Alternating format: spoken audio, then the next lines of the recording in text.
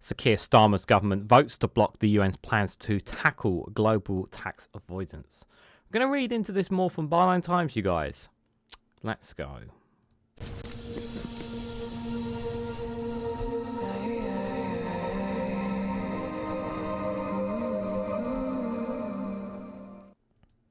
Good morning, good afternoon, good evening, wherever you are in the world. This is Reganelite here with an article from Byline Times with a headline that Keir Starmer's government votes to block the UN's plan to tackle global tax avoidance.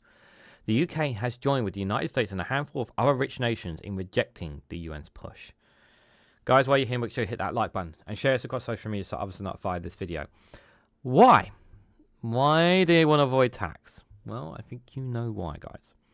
This, like the US and other rich nations, shows just what their priorities are. Appeasing their masters, appeasing the rich, the wealthy, the billionaires, the corporations, more than anything. Once again, reinforces that image of how people feel about governments when your usual parties that are so-called representatives of you, once again, pulls you away from them. Here in the UK, the traditionally Labour and Conservative, which it has always been, you just don't feel compelled to want to vote or trust either of them anymore, because the reality is that they're both controlled to a certain extent by lobbying groups, by millionaires and billionaires to a certain extent. Conservatives more than Labour, shall we say.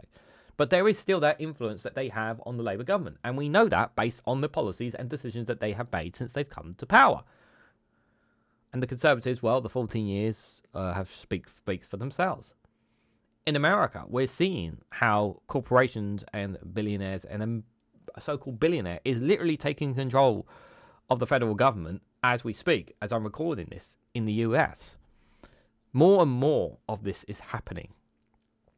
And rather than actually clamp down on this and make these people, these corporations, these billionaires and millionaires pay their fair share of tax around the world, we're stopping it. Why are we stopping it? We know why. Because politicians are in their pockets.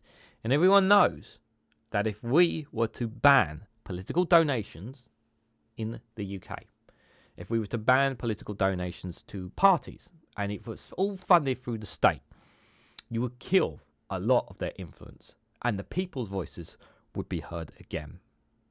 But that's not the situation we are in. And everyday people are dying, suffering across the world. And it's a very sad state of affairs here. This is indeed. So Keir Starmer's government faces criticism over its opposition to a United Nations tax reform plan aimed at tackling global tax avoidance, as formal negotiations resume on Monday in New York. The convention, spearheaded by 54 African nations, has garnered support from 125 UN member states, but faced resistance from 9 countries, including the UK, US and Japan. The proposal seeks to address an estimated $492 billion annual loss from cross-border tax abuse by multinational companies and wealthy individuals. This can involve corporations moving profits from one country to parent companies in tax havens to show a loss and therefore avoid corporation tax. Wealthy individuals often behave similarly. High-income countries, including the UK, lose the greatest amount in absolute terms because they generate the most revenue for firms. But the losses make up a much higher share of potential tax revenues for low-income countries. Critics argue the UK's position on the tax negotiations contradicts its stated commitment to rebuilding relationships with developing nations. Sandra Martinstone from Bond, the UK network of aid NGOs, said, voting no sends worrying signals to low-income countries, governments about the UK's commitment to a fairer, more transparent and integrated global tax system. Martinstone adds that many low-income countries are facing a crippling debt crisis that the UN Tax Convention could alleviate. It would be a game changer for low-income countries to finally gain a seat at the table and to fund quality public services, adapt to and mitigate climate change, and in the long run rely less on external and often debt including finances.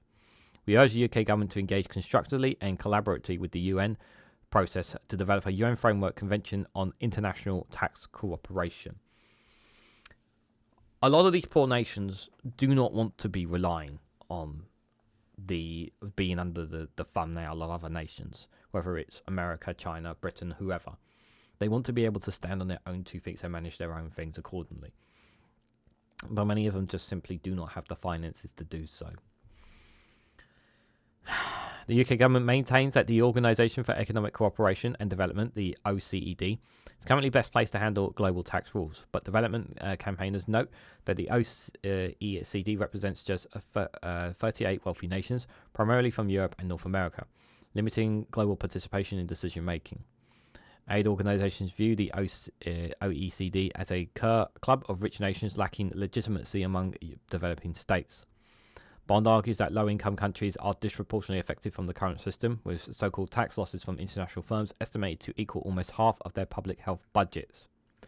Meanwhile, the NGOs point to analysis suggesting that supporting the convention could increase UK tax recipients by an amount equivalent to 20% of the NHS budget. The UK stance has become increasingly isolated within Europe. While the European Union initially opposed the convention, it has since moved to abstaining from votes. At a vote in November, the UK was among only 9 countries who voted no when adopting the terms of the reference to the UN Tax Convention negotiations. The other opponents were Argentina, Australia, Canada, Israel, Japan, New Zealand, Republic of Korea, and the United States. The controversy is sensitive for Britain, given that the UK and its overseas territories are responsible for approximately 1/3 of global tax avoidance through firms moving their profits offshore, according to campaigners Tax Justice UK. The Foreign Secretary David Lammy has expressed interest in addressing illegal financial flows and dirty money. Aid groups are calling for him to act on it by backing tougher global action.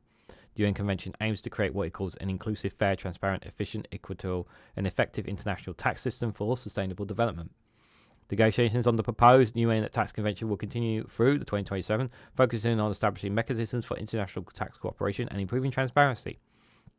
The extended timeframe reflects the complexity of the issue and the challenges of building consensus among nations with often widely various economic interests, and it is likely to face intense opposition from trade warmongering US President Trump. But lower income countries are among those arguing for a more equitable tax system, could provide crucial resources for public services and climate change adaptations, reducing dependence on external loans. And the HM Treasury spokesperson said, "We've been an active participant in tax negotiations at the UN and remain committed to working constructively with all stakeholders to ensure inclusive and effective international tax cooperation." The UK appears reluctant to see the UN as the place where global tax rules are made, perhaps due to the influence of states such as Russia and China who are not part of the OECD. UK Treasury officials argue a future UN tax convention could play an important role in supporting the UK's development objectives, but it would need to be clear as in its aims avoid a duplicate existing initiatives to secure the broad support of and participation of members. Very interesting indeed, guys. Do I believe what their statement is saying there at the bottom? No, I don't believe them for a second. I generally do think it's about keeping the same, protecting certain interests. That's what this is about, protecting certain interests. That's what this is. It does make you feel dejected and feels like that there is no one out there to help you when you feel that the politicians that are running your governments and your institutions that are not in your interest. And it makes you feel like that there's no one to turn to. It can make you feel that way. We must do more to ensure that people pay their fair share of tax. The rich and the wealthy in society need to pay their fair share. We need to call it out, and we need to keep calling it out every single chance that we get. It's important that those who are avoiding tax must pay their fair share. And not just here, everywhere. I know it's an impossible challenge, but we have to keep calling it out for what it is. It's not right that people like me, people like you who are listening, who pay their fair share of tax and still struggle to make a living, while people who have all the money in the world pay little to nothing when it comes to tax. That's wrong, and you know it's wrong. So what do you guys make of this story? What do you guys make of Keir Starmer votes to block the UN's plans to tackle global tax avoidance? How does this make you feel? Let me know your thoughts and more down in the comments section below. If you found this video informative or helpful to you, please hit that like button. We greatly appreciate. Share this across social media so others are notified of this video. And thank you very much for watching. And I hope to catch you all very, very soon.